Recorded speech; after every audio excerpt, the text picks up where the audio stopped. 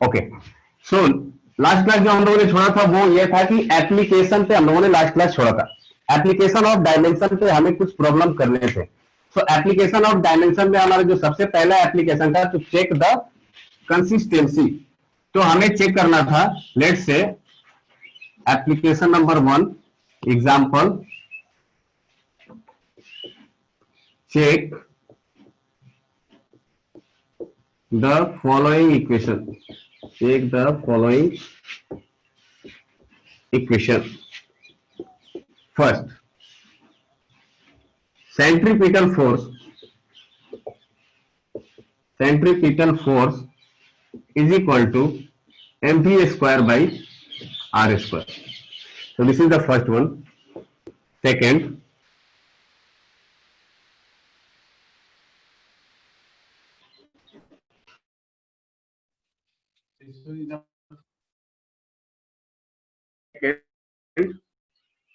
time period is equal to 2 pi under root of L square divided by G. तो हमें check करना है कि क्या ये इक्वेशन सही है या नहीं है।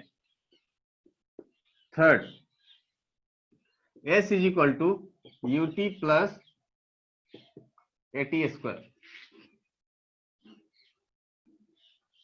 4, अच्छा 3 ही करो पहले। 3 का इक्वेशन चेक करिए, क्या ये इक्वेशन सही है या नहीं है। उसको चेक करने के लिए हमने क्या बताया था, principle of homogeneity. That means the left side dimension on the left side should be equals to the dimension on the right side. Notations are as usual. M is equal to mass, V for velocity, R for distance, L for length, G for acceleration due to gravity, U as you know initial velocity, T for time, A for acceleration, S for displacement.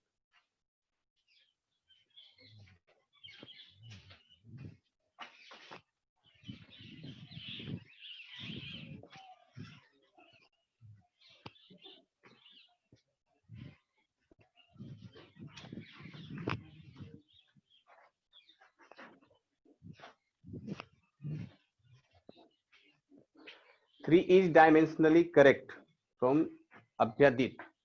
So 3 is dimensionally correct. ठीक है, अभ्यादीत का answer आया है 3 is dimension. Sir are क्या होता है, विनम्र। देखो आर बोले तो ये हो गया डिस्टेंस, है ना, रेडियस के बराबर हो गया। तो basically centripetal force is related to your circular motion, तो वहां पर ये हो जाता है आर, है ना, radius. So you can take it, consider it as a length. C is dimensionally correct Nidhi, yes okay. सब लोग पहले सी ही सॉल्व कर रहे हैं, सबसे आसान वही है। ओके ठीक है,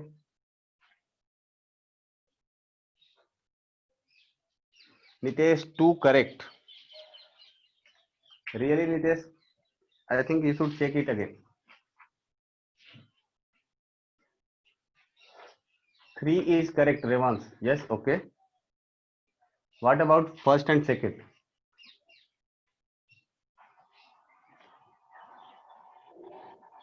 3 is correct, Adya, got it. What about first and second? Is it dimensionally correct or not? Rishabh, 3 is correct. Okay. Nadeem, 2 wrong. Okay. Nitesh, 3 correct but only dimensionally. B is root square T. Rishabh, 1 and 2 not correct. Prashant, very good. शुभ प्रशांत का answer आ गया 1 and 2 is not correct.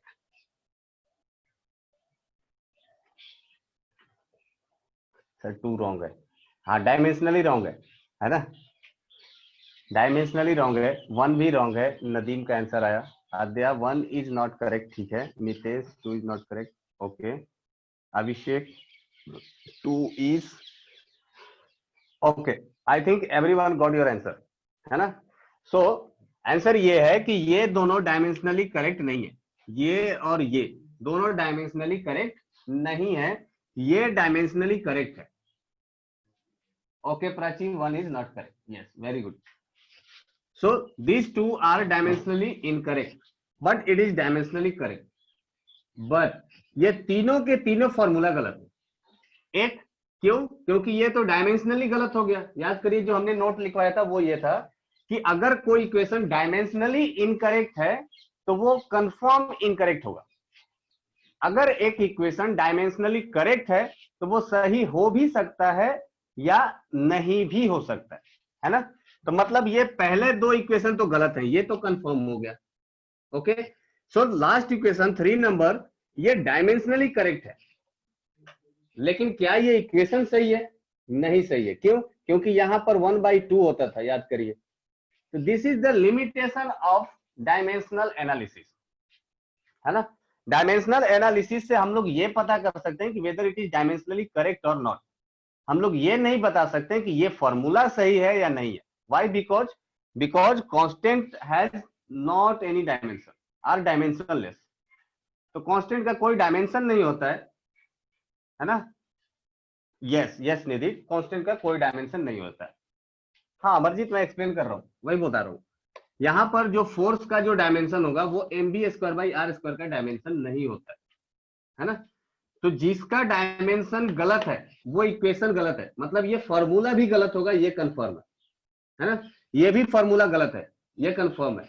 लेकिन ये equation सही था, dimensionally correct था, s = ut + ½ AT², ये dimensionally correct है। बट ये फॉर्मूला गलत है। क्यों? क्योंकि फॉर्मूला में यहां पर 1/2 आता था। s = ut + ½ AT², हम लोग अभी तक यही पढ़ते हुए आए। तो ये क्या इक्वेशन गलत है। दैट मीन्स यहां से हम लोग एक जो नोट लिखा था वो करेक्ट था, वो ये था। ओके ओके अर्चना, मैं सॉल्व कर देता हूं। चलिए ठीक है, क्वेश्चन नंबर 1 देखते हैं। क्वेश्चन नंबर 1 क्या है, देखिए। L² का प्लेस क्या एल होगा? यस यस यस, L² की जगह एल ही होगा वहां पर। तो देखिए फर्स्ट वाला सॉल्व करते हैं। हमें दिया गया है फोर्स = mv²/r²। इसको चेकआउट कैसे करेंगे? फोर्स का डायमेंशन तो आपको आता होगा, m1 L1 T⁻⁻²। अगर इसमें किसी को डाउट है तो प्लीज बोलना, है ना। मास का डायमेंशन क्या हो जाएगा? m। वेलोसिटी का डायमेंशन क्या हो जाएगा? m0, या डायरेक्ट लिखता हूं L⁻⁻1 का whole square divided by r का डायमेंशन हो जाएगा L²। तो यहां से हम लोग क्या लिख पाएंगे? m L² T⁻⁻2, इसका स्क्वायर किया तो डिवाइडेड बाई L², है ना। सो ये वैल्यू कितना हो जाएगा? m1 L0 T⁻⁻2। क्या ये डायमेंशन इस डायमेंशन के बराबर है? नहीं है। So LHS is not equals to RHS, hence it is dimensionally incorrect. And if equation is dimensionally incorrect, then the equation will be always incorrect. If equation is dimensionally incorrect, then equation will be always incorrect. Now question number 2. Question number 2 में क्या था? Time period is equal to t is equal to 2 pi under root of L² divided by g, है ना। Where g is acceleration due to gravity. So g क्या है? यहाँ पर acceleration है। So t का डायमेंशन क्या हो जाएगा? That will be the t. 2 पाई का कोई डायमेंशन नहीं होता जाता है, तो ये हो जाएगा 0, है ना। और यहाँ पर L² मतलब L का स्क्वायर डिवाइडेड बाई जी का कितना हो जाएगा?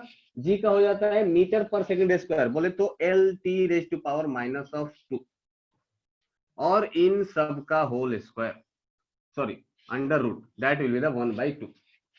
तो इस 1/2 को हम लोग इधर लेकर के आ जाएंगे तो ये क्या हो जाएगा? t² हो जाएगा, इज इक्वल टू L²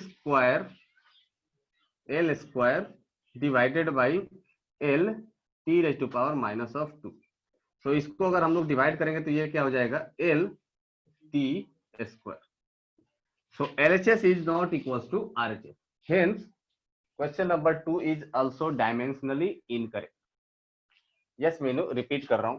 देखिए जो L है उसका डायमेंशन होता है L, सॉरी जो लेंथ है उसका डायमेंशन होता है L, है ना। और जो एक्सेलरेशन ड्यू टू ग्रेविटी है, एक्सेलरेशन का यूनिट हो जाता है मीटर पर सेकंड स्क्वायर, याद करिए। तो इसका डायमेंशन क्या हो जाएगा? L⁻⁻²। तो हमने वही लिखा है L⁻⁻², और ये हो गया पावर 1/2। क्यों? क्योंकि अंडर रूट के वजह से लिख दिया 1/2, है ना। सो स्क्वायरिंग बोथ साइड, दोनों साइड स्क्वायर करेंगे तो ये क्या हो जाएगा, टी स्क्वायर हो जाएगा, और यहाँ पर हो जाएगा L square divided by L T raise to power minus of 2, है ना। सो अगर इसको हम लोग सॉल्व करेंगे तो L square divided by L will become L and 1/t square will become T square. So LHS is not equal to RHS। LHS में क्या है, टी स्क्वायर है, RHS में क्या है, एल टी स्क्वायर। तो दोनों बराबर नहीं है, इसलिए it is dimensionally incorrect. Okay, now question number 3। तो क्वेश्चन नंबर 3 क्या था, S is equal to UT plus AT square. So question number 3 था S is equal to UT plus A T square. तो वंस अगेन, एक minute, क्या हो गया? नहीं, फॉर्मूला वो सही नहीं था। बेसिकली उसका जो फॉर्मूला होता है T is equal to 2 pi under root of L by G होता है, ऐसा कुछ होता है ना। तो वो फॉर्मूला में एल स्क्वायर नहीं होगा, एल होगा वहां पर। चलिए ये चेक करते हैं। एस का डायमेंशन हो जाएगा लेंथ, यू बोले तो इनिशियल वेलोसिटी, और इनिशियल वेलोसिटी का हो जाता है L T raise to power minus of 1, time का हो जाता है टी, प्लस प्लस ए का हो जाएगा कितना, L T raise to power minus of 2, और टी का हो जाएगा टी स्क्वायर, है ना। सो इन दोनों को मल्टीप्लाई करेंगे तो T raise to power minus 1 is equal to कितना हो जाएगा, 0। So that will become L, plus T raise to power minus 2 into T raise to power 2, तो यहां से भी आ जाएगा एल, और यहां से भी हो गया एल। दैट मीन्स एलएचएस का जो डायमेंशन था वही डायमेंशन आरएचएस का भी होगा। सो दिस इज डायमेंशनली करेक्ट। तो डायमेंशनली करेक्ट इक्वेशन। ओके, तो ये था अभी तक का क्वेश्चन। नेक्स्ट मूव करते हैं अगले क्वेश्चन पर। चलिए नेक्स्ट क्वेश्चन होगा, हमें फाइंड आउट करना है, थोड़ा सा ये आपका लेवल बढ़ा रहा हूं, तो लेट्स चेक कि कितने लोग कर पाते हैं। Integration of DX, integration of DX divided by under root of 2ax, under root of 2ax minus of X square, minus of X square is equal to a raised to power n, a raised to power n sin inverse x by a minus 1, x by a minus 1, ये है। So find value of n। So this is first, n is equal to 1, 2, n is equal to 0, 3, n is equal to minus 1, and fourth, n is equal to 2।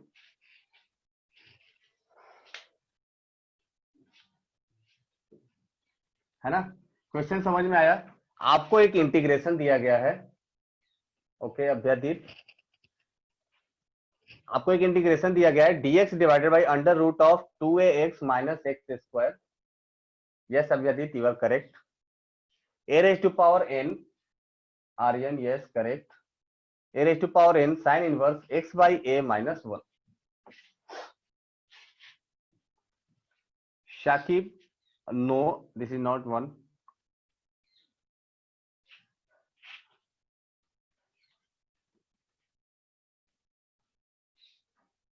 चलिए आपके पास 2 minute है, जल्द से जल्द check करिए, है ना। ठीक है, from here you can check it out as A has dimension L, मतलब A is equal to something which is measured in length, तभी जाकर के ये इक्वेशन वैलिड होगा, अदरवाइज ये वैलिड नहीं होगा। बिकॉज देखो यहाँ पर है एक्स स्क्वायर, है ना, तो हम लोग तभी इसको सब्ट्रैक्ट कर सकते हैं जब इसका भी डायमेंशन एक्स स्क्वायर के इक्वल होगा। मतलब X square is equal to, अगर एल स्क्वायर होगा, no Ishant please check it out again, अगर ये एल स्क्वायर है तो ये भी क्या हो जाएगा, एल स्क्वायर को होना पड़ेगा। That means A will be length, one of the length, so आप यहां से डायमेंशन चेक इट आउट करिए, left should be equals to R. No Abhinav, not 4, Revansh no, Diksha yes correct,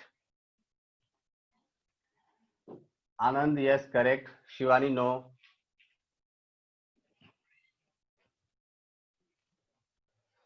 no Sanya, Abhinav yes correct, Ishant correct, Nidhi, Aadya no, Shakib correct, Shivani yes correct, Divyanshu no, not 1, Bharti 2। 2 means कौन सा, ये वाला ये वाला?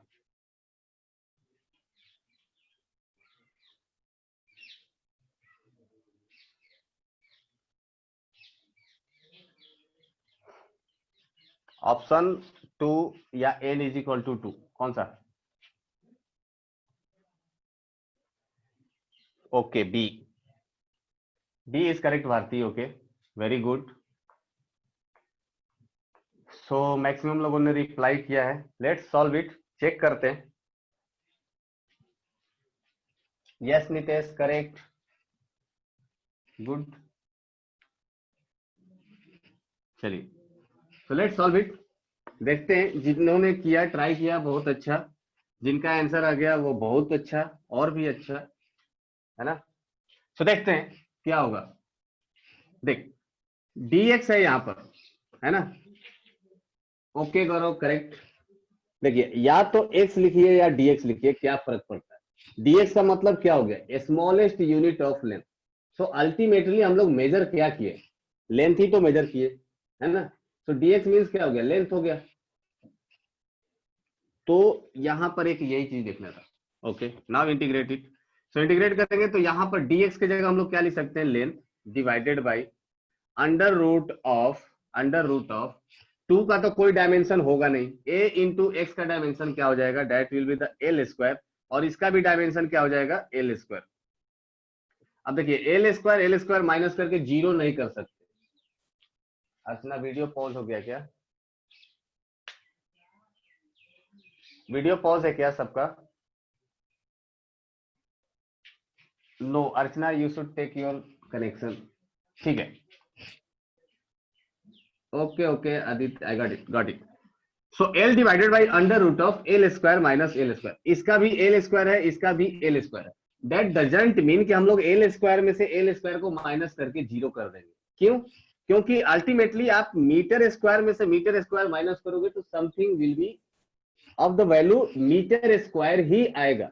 That means L divided by under root of L square will give L divided by L and that will become dimensionless, so no dimension, है ना। तो यहां से कोई भी डायमेंशन नहीं आने वाला है। क्यों? क्योंकि ऊपर भी लेंथ है और नीचे भी लेंथ है, लेंथ लेंथ कैंसिल आउट हो गया। तो एलएचएस में कोई डायमेंशन नहीं है, तो आरएचएस में भी कोई डायमेंशन नहीं होना चाहिए। Is that clear?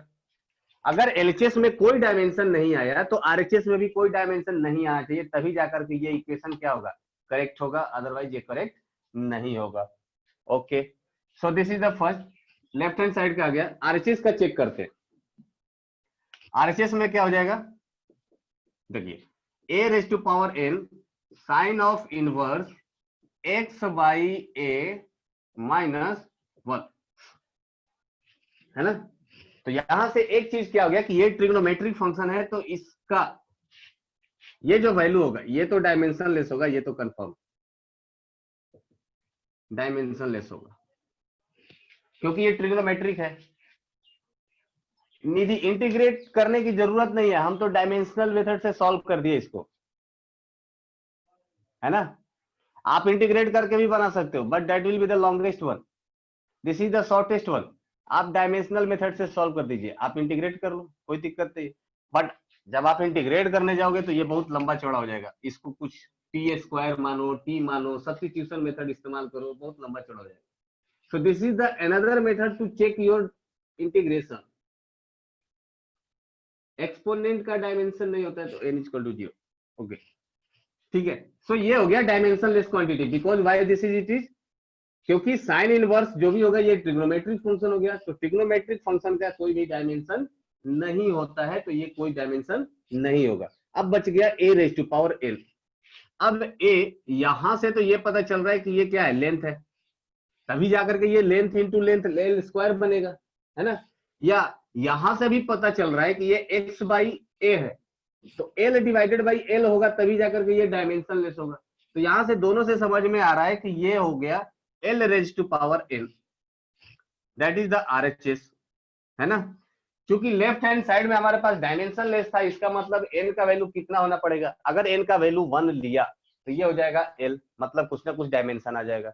L N का वैल्यू 2 लिया तो ये हो जाएगा एल स्क्वायर, फिर भी कोई डायमेंशन आ जाएगा। So we have only one choice, that N is equal to 0। Okay Anand, so this will be the correct answer. अच्छा क्वेश्चन है, मार्क कर लीजिएगा, रिवाइज करिएगा आगे जब भी आपको जरूरत पड़े। ओके चलिए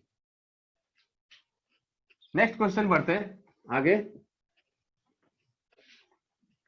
आपके पास एक है question, a unitless quantity is, a unitless quantity is, option है A never has a non zero dimension, never have a non zero dimension,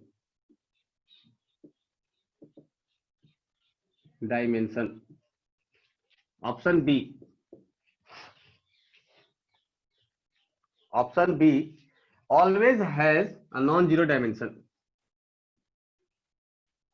always has non zero dimension,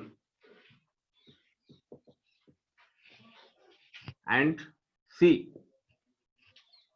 option C may have a non-zero dimension, may have a non-zero dimension,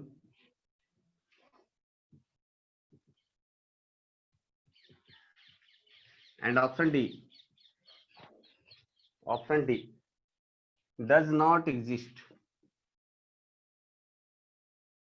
does not exist, मतलब unitless quantity exist ही नहीं करता।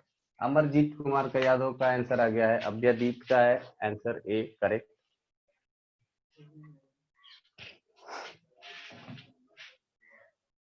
अभिषेक का भी correct, ठीक है। Prashant correct, Shivani correct, Shakib correct, Aditya, Archana, Prachi, Nidhi okay, Tanya, Akash सबका answer A है, very good. Ishant A, Rishabh A, Nidhi A, Revansh, Ojaswi सबने करेक्ट आंसर दिया, भारती, अभिषेक, ठीक है। So correct answer is A. अगर एक यूनिटलेस क्वांटिटी है, आयुष वेरी गुड, आर्यन, अगर एक यूनिटलेस क्वांटिटी है तो उसका never have a non zero dimension, है ना, तो कभी उसका नॉन जीरो डायमेंशन नहीं होगा। यूनिटलेस क्वांटिटी कौन सा हो सकता है, नंबर, है ना, नंबर का कोई यूनिट नहीं होता है, तो नंबर का कोई डायमेंशन भी नहीं हो सकता है, नंबर का कोई डायमेंशन नहीं होता है। चलिए अच्छा, इसी का रिवर्स अगर पूछूं, a dimensionless quantity is, a dimensionless quantity is, option हो जाएगा इसका never has a unit, never has a unit,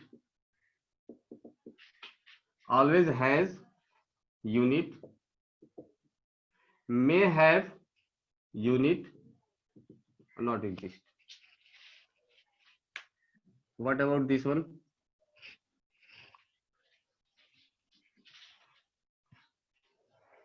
C, C, okay. Anand B, Archana B,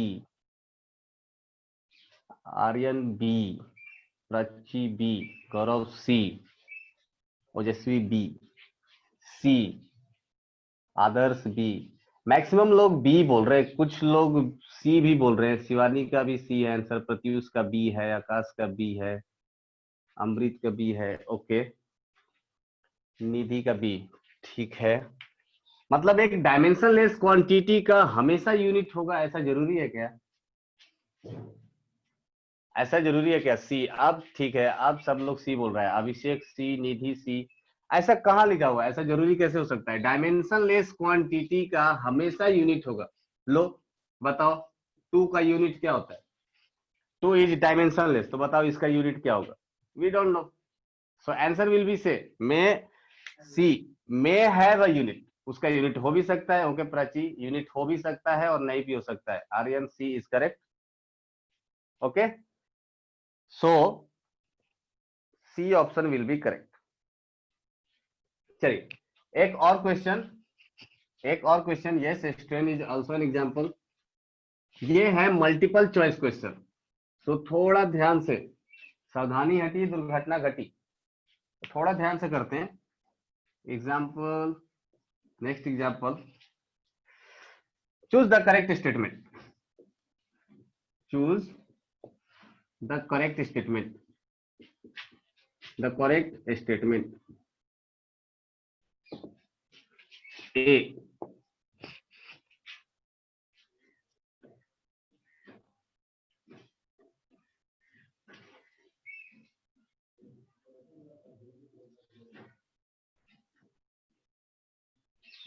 क्या हो गया? अब विजिबल है आप सबको? ओके ठीक है, so choose the correct correct statement. पहला स्टेटमेंट है A dimensionally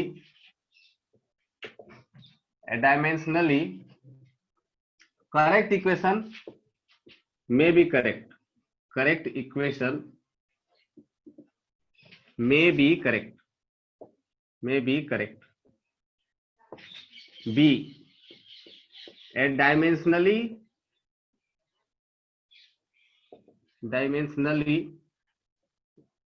correct equation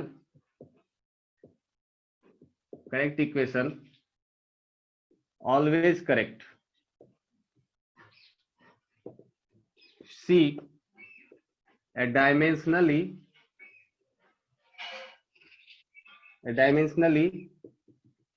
incorrect equation always incorrect,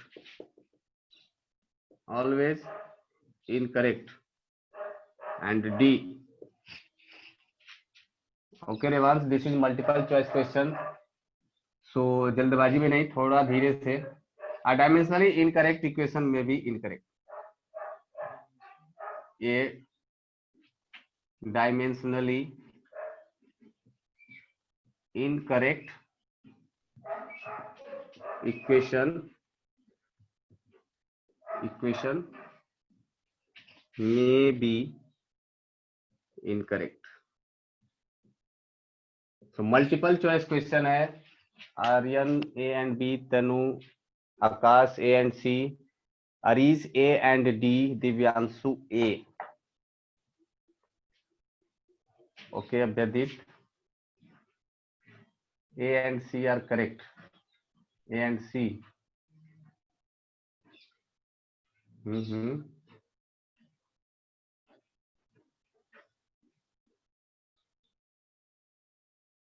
okay, ये मल्टीपल चॉइस क्वेश्चन है, A and D, A and C, इसमें ही लोग कंफ्यूज हैं।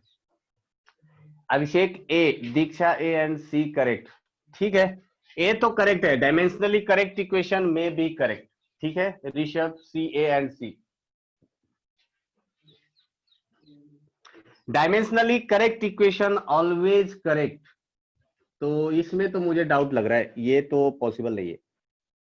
डायमेंशनली करेक्ट इक्वेशन सही हो भी सकता है और नहीं भी हो सकता है, so we can't comment about that, because इससे पहले वाला एग्जांपल याद करिए, question number 3, S is equal to UT plus AT square. Okay Ishant, Abhishek only C, A भी होगा ना, डायमेंशनली करेक्ट इक्वेशन में भी करेक्ट, तो डायमेंशनली जो इक्वेशन सही है वो सही हो भी सकता है और नहीं भी हो सकता है, सो ए इज करेक्ट, ठीक है। Dimensionally incorrect equation always incorrect, yes बिल्कुल सही है। डायमेंशनली इनकरेक्ट इक्वेशन में भी इनकरेक्ट, में भी वाला ऑप्शन यहाँ पर नहीं है, यहाँ पर ये ऑलवेज ही होगा, क्योंकि एक इक्वेशन जो डायमेंशनली इनकरेक्ट है वो सही नहीं हो सकता है। ऐसा कोई केस नहीं मिलेगा जो डायमेंशनली इनकरेक्ट हो और वो सही हो जाए, which is not possible,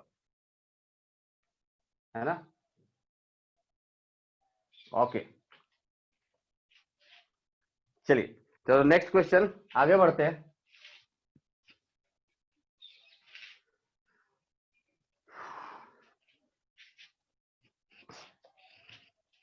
next question है, ये भी आपका मल्टीपल चॉइस क्वेश्चन होगा, तो choose the correct option. Example है, choose the correct option, correct option. पहला ऑप्शन है आपके पास A, all quantities may be represented dimensionally in term of the base quantities. all quantities may be represented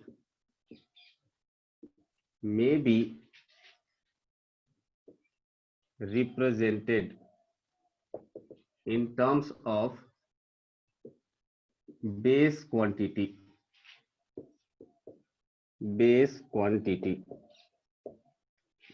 option B.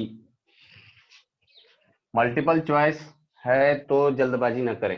A base quantity cannot be represented, a base quantity can't be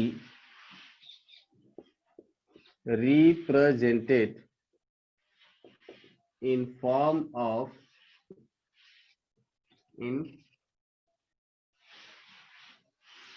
base quantity cannot be represented dimensionally in terms of rest of base quantity, cannot be represented dimensionally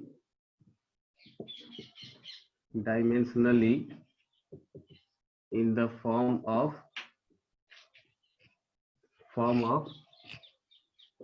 rest of base quantity.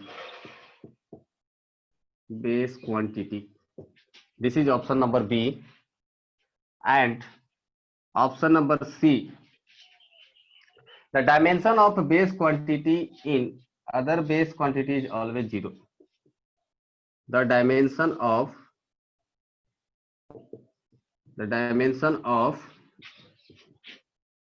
other base,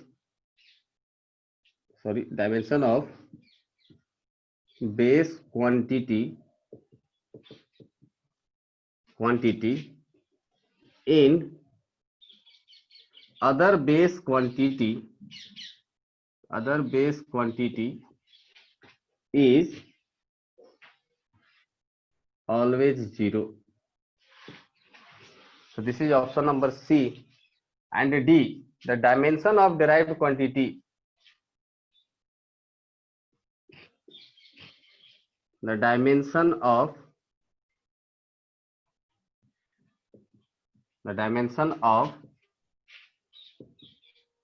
derived quantity in is never zero in any base quantity, never zero in any base quantity. तो ये हमारे पास है 4 option, Tanya 1 and 4, Amarjeet Kumar Yadav A and B, Abhinav only A, okay, A B, Abhyadeet A B C, A B, Sanya Panchal A and B, Aadya A and B, A and D, MD Areej A B C, ठीक है।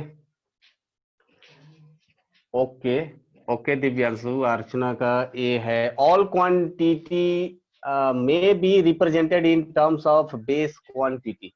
सो ए तो सबने बोला कि करेक्ट है, निधि ए करेक्ट है ना। A quantity may be represented in term of base quantity, तो कोई भी फिजिकल क्वांटिटी है उसको हम लोग ऑल लिखा हुआ है, ऑल क्वांटिटी में भी represented in the terms of base quantity, तो सही बात है ना। सारे फिजिकल क्वांटिटी को बेस क्वांटिटी के फॉर्म में लिख सकते हैं, तभी तो उसको फंडामेंटल बोला जाता है। So option A is correct. ये तो पहला ही स्टेटमेंट था हम लोगों का। Okay Jasvi, very good. Sir D, हाँ ठीक है, डी तो रॉन्ग है।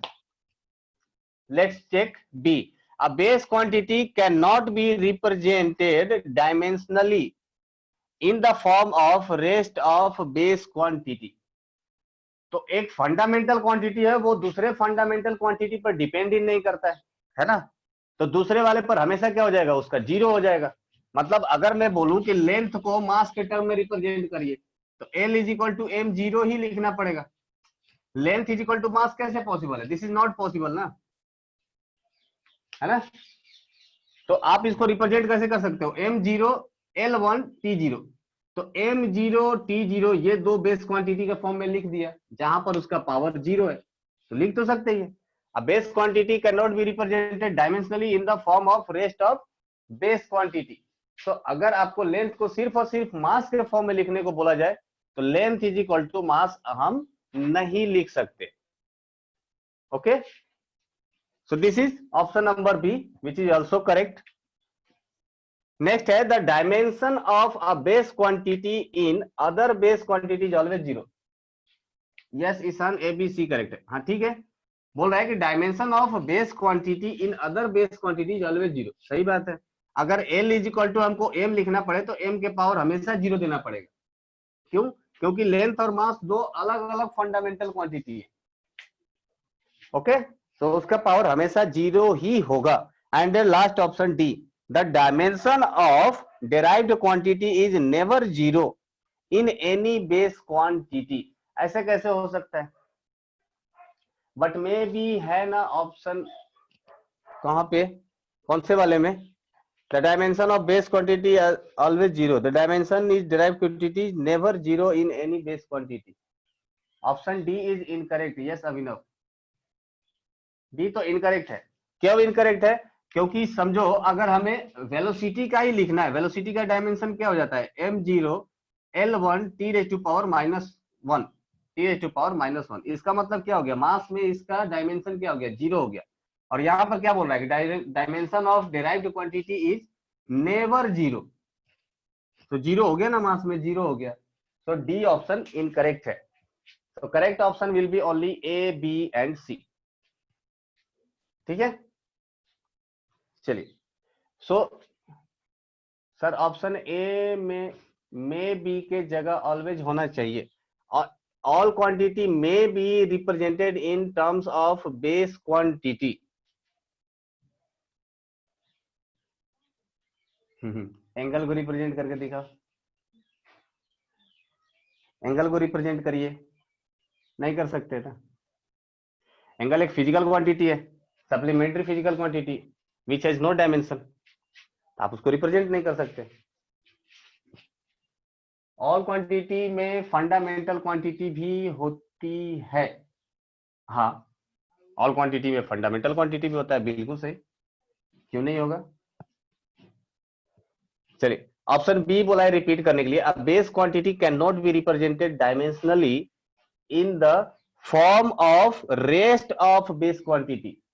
तो एक फंडामेंटल क्वांटिटी को दूसरे बेस क्वांटिटी के फॉर्म में नहीं लिख सकते। क्यों नहीं लिख सकते, because length is equal to mass नहीं हो सकता है, mass is equal to length नहीं हो सकता है ना। तो जब भी आपको लेंथ को रिप्रेजेंट करना है तो एल के फॉर्म में रिप्रेजेंट करोगे, एम के फॉर्म में रिप्रेजेंट नहीं कर सकते। तो ये करेक्ट है। चलिए, तो ये था हमारा based on application of dimension, application number 1। तो जहां पर हम लोग चेक कर सकते थे कि दो इक्वेशन, कोई इक्वेशन सही है या गलत है, ये हम लोग चेक कर सकते है ना। डिस्पाइट ऑफ दैट इसके कुछ लिमिटेशन भी है पार्ट 1 में, कौन से को चेक नहीं कर सकते, तो हम लोग इक्वेशन का करेक्टनेस चेक नहीं कर सकते जिसमें आपको कोई कांस्टेंट टर्म आता है।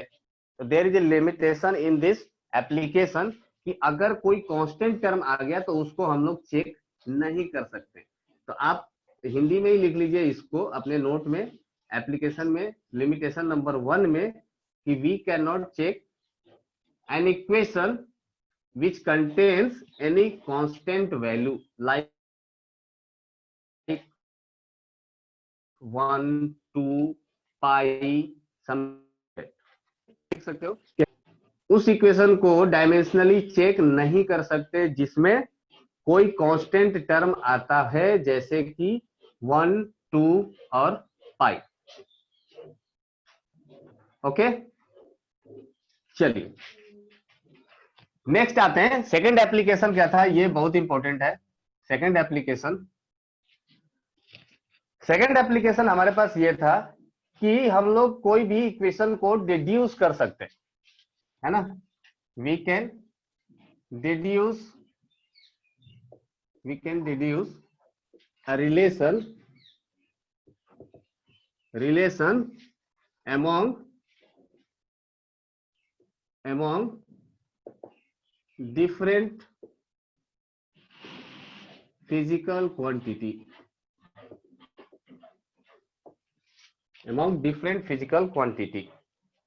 तो इसके भी कुछ लिमिटेशंस हैं, वो लिमिटेशंस हम लोग पहले लिख लेते हैं इसमें। लिमिटेशन क्या है? सबसे पहला लिमिटेशन ये है कि जो रिलेशन है वो हमेशा प्रोडक्टिव होना चाहिए, एडिशन में नहीं होना चाहिए, है ना। So dependence of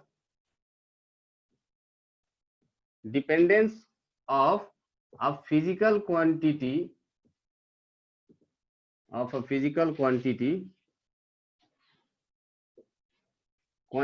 on other, dependence of a physical quantity on other should always be productive बोलो या मल्टीप्लिकेटिव बोलो,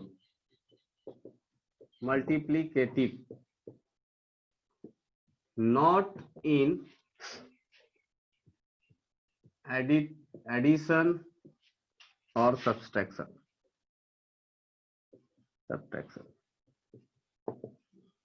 इसका मतलब क्या हो गया? जैसे मान लो कि मैंने आपको बोल दिया कि force is equal to momentum plus acceleration होता है, तो हम लोग ये रिलेशन डिड्यूस नहीं कर सकते बाय दिस मेथड। हम लोग कब ये रिलेशन डिड्यूस कर सकते हैं? जब आपको बोला जाए कि force is equal to momentum into acceleration होता है, सो यहां पर ये प्रोडक्टिव है और यहां पर ये क्या है? एडिशन है। तो एडिशन के टर्म में हम लोग ये रिलेशन रिड्यूस नहीं कर सकते हैं by the help of dimension. जब भी करेंगे तो कैसे करेंगे? जब वो प्रोडक्टिव फॉर्म में होगा, जब उनके बीच में रिलेशन प्रोडक्टिव फॉर्म में होगा तभी जाकर के कर सकते हैं, अदरवाइज नहीं कर सकते। तो this is the first limitation. Second limitation ये है, ये क्लियर है सबको? आई होप क्लियर ही होगा। सेकेंड लिमिटेशन ये है ना, इन mechanics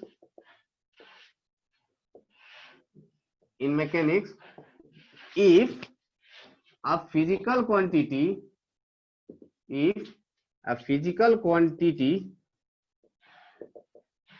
depends on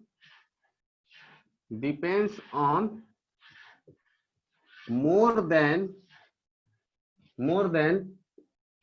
three fundamental quantities,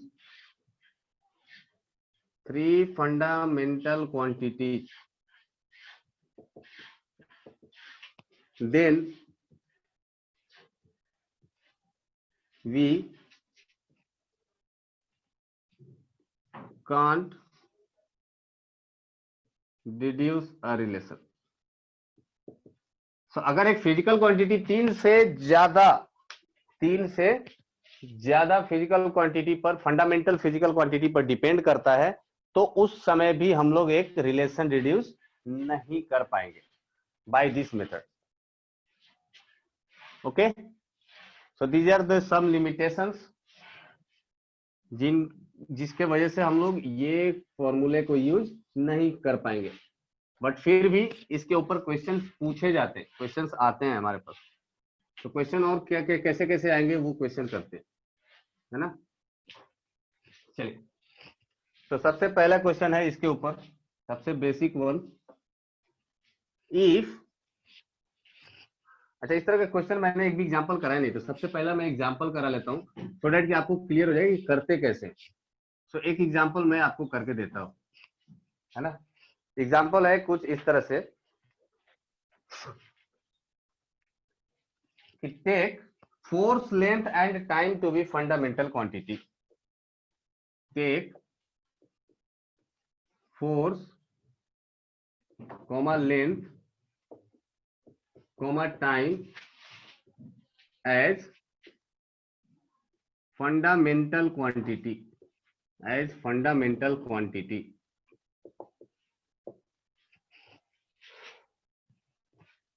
Find the dimension of, then find dimension of A, density।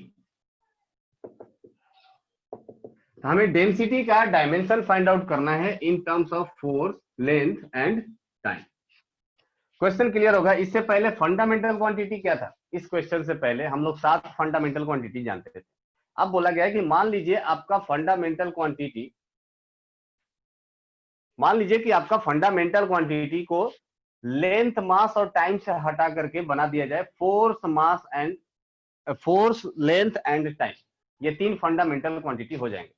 तो डेंसिटी को इस टर्म में कैसे लिख पाएंगे, ये हमारा क्वेश्चन है। तो कैसे लिखेंगे, इसको सॉल्व करने का तरीका क्या है? हम लोग क्या लिख देंगे, density, dimension of density is equal to force, dimension of force raise to power A, है ना, dimension of length raise to power B and time raise to power C, है ना। ऐसे तो हम लोग लिख सकते थे किसी भी फिजिकल क्वांटिटी को हम लोग फंडामेंटल क्वांटिटी में कैसे लिख सकते थे, ऐसे लिख सकते थे, है ना। फंडामेंटल क्वांटिटी मतलब m raise to power a, l raise to power b and p raise to power c, something like that. तो हमने फंडामेंटल क्वांटिटी की जगह क्या लिख दिया, फोर्स लिख दिया, लेंथ लिख दिया और टाइम लिख दिया। अब फोर्स का फंडामेंटल क्वांटिटी के टर्म में क्या हो जाता है, m l t raise to power -2 whole raise to power a, ऐसा हो गया। लेंथ का हो जाएगा l raise to power b, है ना, और टाइम का हो जाएगा t raise to power c, t raise to power c। Now density का क्या हो जाएगा, डेंसिटी का हो जाता है mass upon volume. Density is equal to हो जाता है mass upon volume. So density का डायमेंशन क्या हो जाएगा, m l raise to power -3 t raise to power 0। तो यहां से बन गया हमारा इक्वेशन, एक पूरा इक्वेशन बन गया, है ना। सो अगर हमें value of A B C चाहिए तो हम लोग क्या करेंगे, 3 अननोन है, 3 इक्वेशन बनाना पड़ेगा। 3 अननोन है तो 3 इक्वेशन बनाना पड़ेगा। इसलिए point, okay Ishan, voice select कर रहा है क्या? ठीक है, फिर से बोलता हूं। अगर आपके पास 3 अननोन है ए बी एंड सी, तो इस 3 अननोन को सॉल्व करने के लिए हमें क्या चाहिए, 3 इक्वेशन चाहिए। याद करिए हम लोग जब इक्वेशन पढ़ रहे होंगे 8th 9th में, तो हम लोग पढ़ते थे ना, x plus y plus z is equal to 2, something like that. तो इस तरह के इक्वेशन सॉल्व करने के लिए हमें क्या चाहिए थे, 3 इक्वेशन चाहिए होते थे, है ना।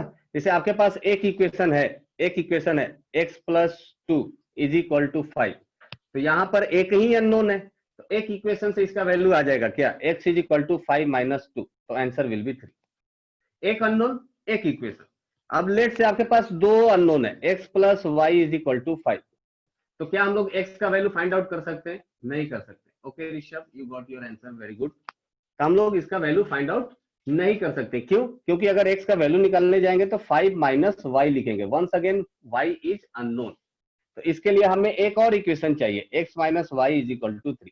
अब हम लोग इजिली इसका वैल्यू कैलकुलेट कर सकते हैं। तो जितना अननोन उतना इक्वेशन।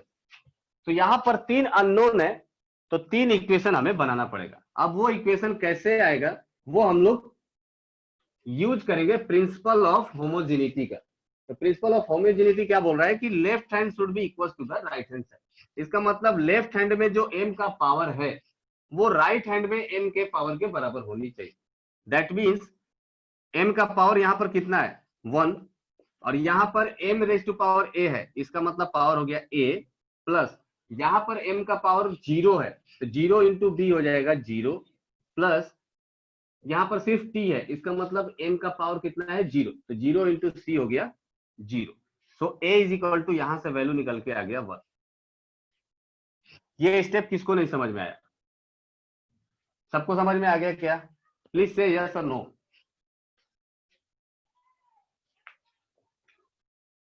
ओके दिव्यांशु, रिपीट करता हूं।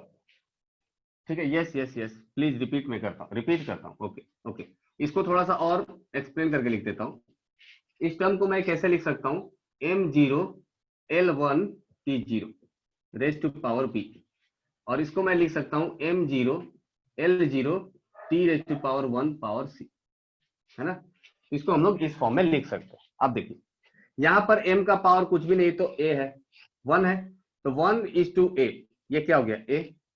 यहां पर क्या हो गया 0 है, तो 0 इंटू बी क्या लिख दिया 0, और यहां पर 0 इंटू सी को मैंने क्या लिख दिया 0। Okay, so a plus 0 plus 0 should be equals to the power of m on LHS। तो m का पावर क्या है यहाँ पर 1 है, तो 1 should be equal to a plus 0 plus 0, that means a is equal to 1 आ गया। यहां से एक चीज तो क्लियर हो गया कि a इज इक्वल टू हो गया 1। ये क्लियर है सबको? Okay Prachi, very good. So next move to the next equation, second वाला। यहां पर l का पावर कितना है -3, तो l के पावर को अगर इक्वेट करेंगे तो -3 इज इक्वल टू लिखेंगे कितना, यहां पर l का पावर है 1, तो 1 इंटू a है ना, यहां पर l का पावर है 1, तो प्लस b, प्लस यहां पर l का पावर है 0, तो 0 इंटू सी हो गया 0, है ना। सो यहां से b a is equal to कितना लिख सकते हैं 1 लिख सकते हैं फ्रॉम दिस फर्स्ट इक्वेशन, है ना। So -3 is equal to 1 plus b, तो b इज इक्वल टू कितना हो गया -4। तो this is equation number 2, simple one, b is equal to -4। Yes Abhinav. Now what about c? तो c को कैलकुलेट करेंगे। t का वैल्यू कितना है 0, t का वैल्यू है कितना 0 on left hand side. So यहां पर सॉल्व करते हैं, 0 इज इक्वल टू यहां पर -2 इंटू ए, -2a, यहां पर t 0 है, तो 0 इंटू बी हो जाएगा 0, और यहां पर t रेज टू पावर 1 है, इसका मतलब हो जाएगा plus c, 1 into c. a का वैल्यू है कितना 1 फ्रॉम दिस इक्वेशन, तो वैल्यू पुट कर देंगे, 0 is equal to -2 plus c, तो c इज इक्वल टू यहां से आ जाएगा 2। That means yes Anjan, very good, correct. So c का वैल्यू यहां से आ जाएगा 2। अब हमारे पास a b और c तीनों का वैल्यू आ गया, इसका मतलब मैं यहाँ पे क्या लिख सकता हूँ, a is equal to 1, b is equal to -4 और c इज इक्वल टू 2, है ना। सो जो हमारा फाइनल आंसर होगा वो क्या हो जाएगा, density is equal to force के पावर 1, फोर्स पावर 1, लेंथ के पावर -4 एंड टाइम के power 2, ts। So this will be our answer. ठीक है, ऐसा हो गया।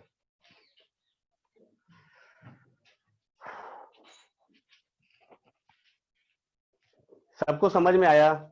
Shaina, thank you. सबको क्लियर है क्या ये मेथड? तो अगला एग्जांपल देते हैं आपको करने के लिए। मोहन नहीं समझे, ओके ठीक है, तो वो नेक्स्ट एग्जांपल में समझ जाएंगे, है ना। Yes Abhishek, will repeat in the next example. बहुत सारे एग्जांपल करने वाले, एक से नहीं दूसरे से समझोगे, दूसरे से नहीं तीसरे से समझोगे। तो फिलहाल जितने लोग समझ गए आप भी एक बार कोशिश करिए, फिर देखते हैं नेक्स्ट एग्जांपल में फिर समझाते हैं, है ना। नेक्स्ट एग्जांपल सॉल्व करते हैं, तब तक once again the question will, time पर 2 था अभ्यदित, टी स्क्वायर था, टाइम का स्क्वायर था। सो नेक्स्ट एग्जांपल है, आपको once again force length and time को ही फंडामेंटल क्वांटिटी मानना है, and you have to find the pressure in terms of force length and time, force length and time।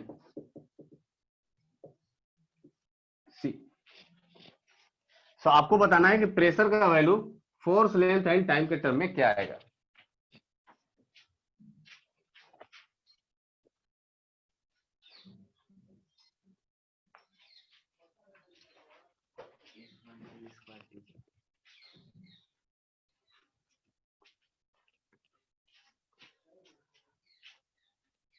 Answer बताइए। Pressure in the terms of force length and time. So method वही रहेगा जो last class, जो last वाले example में नहीं समझे तो मैं फिर से बता दूं। देखिए, प्रेशर का आप डायमेंशन लिखिए ऑन द एलएचएस, जिसको कन्वर्ट करना है उसका आपको डायमेंशन लिखना पड़ेगा in the form of MLT. तो आप डायमेंशन लिख दीजिए on the left hand side. Right hand side में जिस टर्म में कन्वर्ट करना है उस टर्म को आप लिख दीजिए इन दिस फॉर्म, जैसे force raise to power A, length raise to power B and time raise to power C. अब force length and time, force length and time, इन सबका बारी बारी से आप डायमेंशन लिख दीजिए। ओके शाइन, इन सबका बारी बारी से आप डायमेंशन लिखिए, फोर्स का डायमेंशन, लेंथ का डायमेंशन, टाइम का dimension. Yes Abhyadeet, solve it, I am waiting.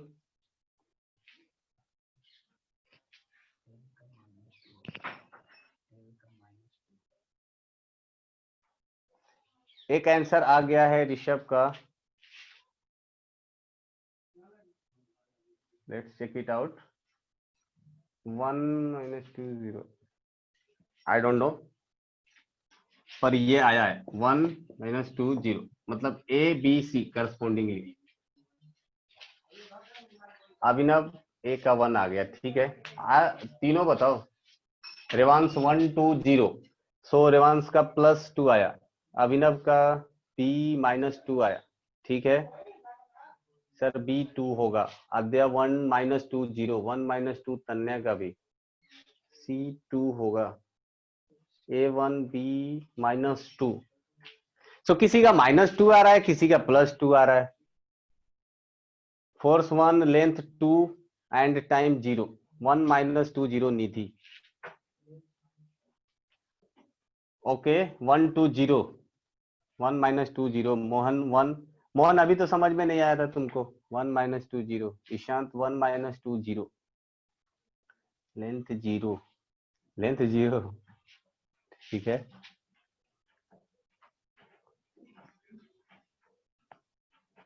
A1 B2, अच्छा 1 0 0 अमरजीत, 1 - 2 0। चलिए देखिए, चेक करते हैं, चेक करते हैं। बहुत सारे लोग इसमें आंसर हमारे, हमें जो मिला वो फ्लक्चुएटिंग था, वो ये था 1 - 2 0, 1 2 0 एंड 1 0 0, ऐसा 3 टर्म्स में हमके मिले हैं। तो लेट्स चेक इट आउट, आप अपना अपना आंसर चेक कर लीजिएगा, देखते हैं। तो सबसे पहले लिखते हैं कि प्रेशर का डायमेंशन क्या होगा। तो प्रेशर का dimension, pressure is equal to हो जाता है फोर्स अपॉन एरिया। तो जो फोर्स का डायमेंशन हो जाएगा mL/-2 डिवाइडेड बाई एरिया हो जाएगा एल स्क्वायर। तो एल स्क्वायर से यहाँ पर डिवाइड कर देंगे तो ये हो जाएगा mL-1T/-2। सबसे पहले तो ये हो गया प्रेशर का डायमेंशन, mL-1T/-2। तो यहाँ पर लिख देंगे mL-1T/-2, ये हो गया वन ऑफ द डायमेंशन, है ना, इक्वल्स टू फोर्स का डायमेंशन हो जाएगा M L T raise to power -2 whole raise to power A, length का हो जाएगा m0 L1 T0 raise to power b, and time का हो जाएगा m0 T1 sorry L0 T1 raise to power c। आप क्या करेंगे, पावर्स को इक्वेट कर देंगे on the LHS and RHS, powers को इक्वेट कर देंगे। Okay Abhinav, let's check it out. Powers को चेक कर लेंगे, तो सबसे पहला हम कर रहे हैं इक्वेटिंग पावर ऑफ m। सबसे पहले मास के पावर को इक्वेट कर रहे हैं। सो लेफ्ट हैंड साइड में, ओके ओजस्वी 1 - 2 0 आपका भी आया। तो सबसे पहले लेफ्ट हैंड साइड में पावर ऑफ m क्या है, 1 है, तो this is 1, left hand side हो गया। ओके अर्चना, वेरी गुड। सो 1 हो गया। राइट हैंड साइड में m का पावर यहाँ पर कुछ भी नहीं, तो 1 है। सो ओके आनंद, निधि, निधि का 1 0 0, ठीक है, चेक करते हैं। सो ये हो जाएगा a plus 0 into B 0 plus 0 into C 0। तो यहां से तो पहला तो आ गया a इज इक्वल टू 1, है ना, निधि 1 - 2 0। चलिए चेक इट आउट करते, देखते ना। तो ये हो गया फर्स्ट। सेकंड पार्ट हो गया। अब हम लोग किसको इक्वेट करेंगे, एल को। तो एल को इक्वेट करने जा रहे हैं। एल का पावर लेफ्ट हैंड साइड में कितना है, -1। राइट हैंड साइड में कितना हो जाएगा, एल का पावर यहाँ पर 1 है, तो 1 इंटू ए हो गया, प्लस 1 इंटू बी हो गया, प्लस ये हो गया 0। That means b is equal to कितना हो गया, यहाँ से ए का वैल्यू आ जाएगा यहाँ से कितना, 1। तो 1 को इधर लेकर के आ जाएंगे, तो ये हो जाएगा b is equal to -2। So b is equal to -2 is correct. Now अब हमारे पास बच गया क्या, c को चेक करने के लिए। तो c यहां पर चेक कर लेते हैं, इधर साइड में c is equal to check करेंगे, तो ये क्या हो जाएगा, t के पावर हो जाएगा -2, t का पावर -2। यहां पर कितना हो जाएगा, -2 इंटू ए -2a, यहां पर तो 0 है, तो 0 प्लस यहां पर है c, है ना, a का वैल्यू है 1, तो c इज इक्वल टू कितना हो जाएगा, -2, और ये इधर आकर के हो जाएगा +2, ये दोनों 0, तो c इज इक्वल टू 0। तो answer will be 1, -2, 0। A B C का वैल्यू आ जाएगा 1, -2, 0।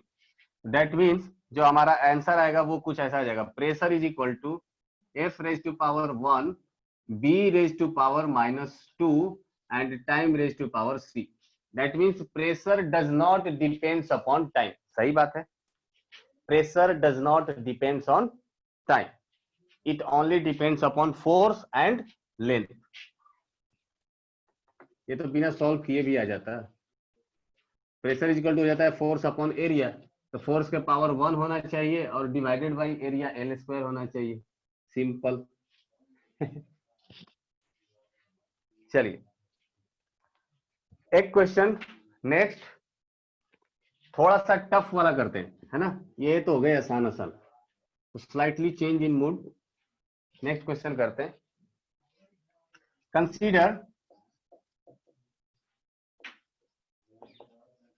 कंसीडर जी आपको पता है, यूनिवर्सल ग्रेविटेशन कांस्टेंट। एच भी आपको पता है ना, H and momentum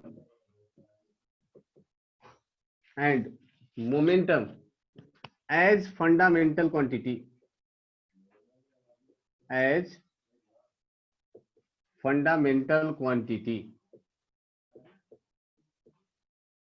then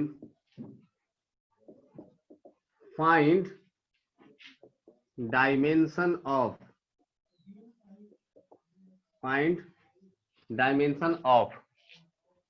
A। सबसे पहले एनर्जी का डायमेंशन फाइंड आउट करिए। H for Planck's constant, Abhinav. H for Planck's constant.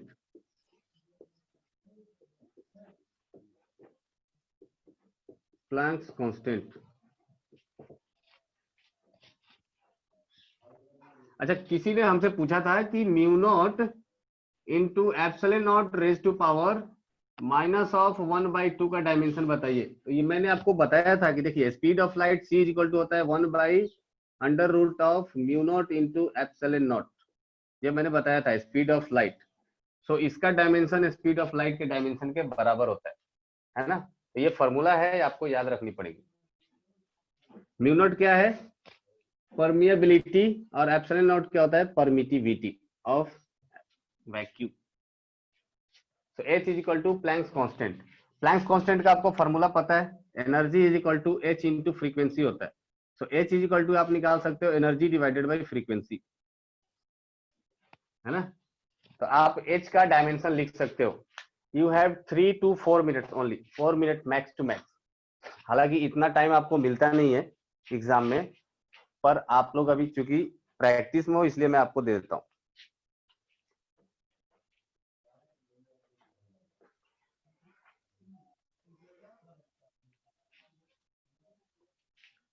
तो जल्द से जल्द बताइए। आंसर मुझे पता नहीं है, सो आप अपना आंसर रजिस्टर्ड कराइए। मैं आपको फॉर्म में लिख देता हूं, उस फॉर्म में बताइएगा तो आंसर आसान दिखेगा, है ना। वो क्या हो जाएगा, आप लिख सकते हो ऐसा, energy,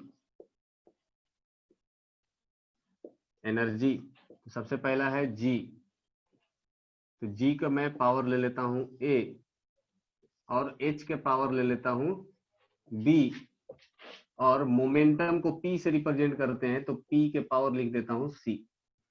so please tell me in this form, value of A क्या हो जाएगा, वैल्यू ऑफ बी क्या हो जाएगा, एंड वैल्यू ऑफ सी क्या हो जाएगा, है ना।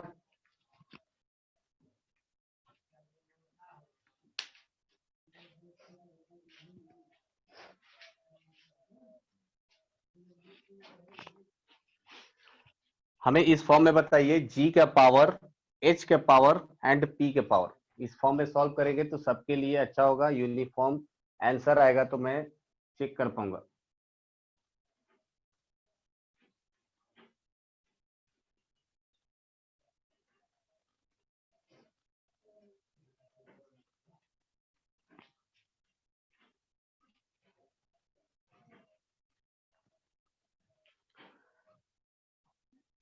सॉल्व करिए अच्छे से।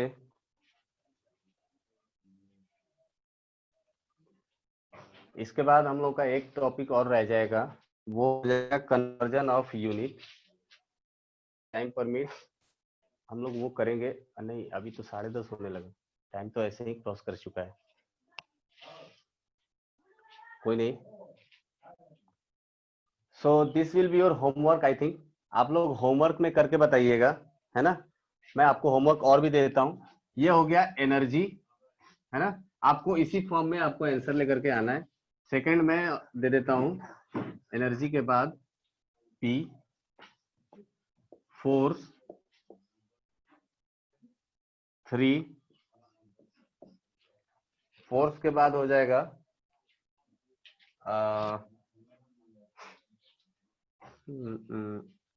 और दूसरा क्या दे सकते हैं इसमें, एक्सेलरेशन कोशिश करिएगा, एक्सेलरेशन, ये 3 हो गया। और बस 3 क्वेश्चन। तो ये 3 क्वेश्चन है, energy, force and acceleration. In 3 question को जी, एच एंड मोमेंटम, इन तीनों के टर्म में आपको कन्वर्ट करके बताना है, ठीक है। सो आज की क्लास समझ में आया, आई होप सबको क्लियर होगा। अगर कोई डाउट है और रिमेनिंग जो क्वेश्चन है प्लीज ग्रुप में हमें बता दीजिए, तो मैं सॉल्व करके आपको दे देता हूँ। गौरव का आ गया A1 B -1/3 and C 1/3। Okay, let's check Gaurav. चलिए ठीक है, सो मिलते हैं नेक्स्ट क्लास में। Take care, bye bye, good night.